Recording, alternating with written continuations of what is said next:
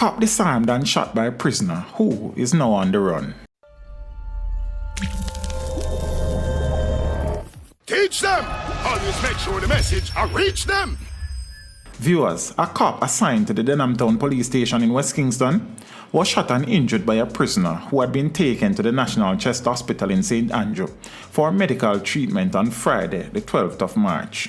The police are seeking the assistance of the public in locating the prisoner, identified as a 31-year-old Ricardo Richards, otherwise called Kaka, of a dirt road address in Bull Bay, St. Andrew. The Jamaica Constabulary Force via a tweet said that the prisoner disarmed the policeman of his firearm and shot him before escaping with the officer's service pistol. The policeman, who was reportedly shot in his abdomen, has been hospitalized and is receiving treatment. His exact condition was not known at the time of this publication. Kaka was reportedly in custody for murder, shooting with intent, along with weapon and ammunition possession charges.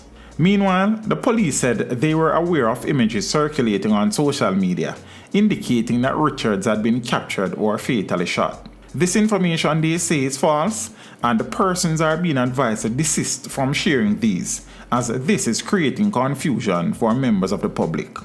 Additionally, individuals with information that can assist the police to recapture Richards are being asked to contact the police 119 emergency number, Crime Stop, or the nearest police station. Teach them! Hey, yo, hello! Send the message and make it reach them. It's teach them. Right here, Warlord representing. Thank you for watching. Like the video before you go. Please subscribe if you haven't done so. And remember to share the video with your friends and family. And browse the channel for more quality content. Until next time, walk good, my friends. Teach them!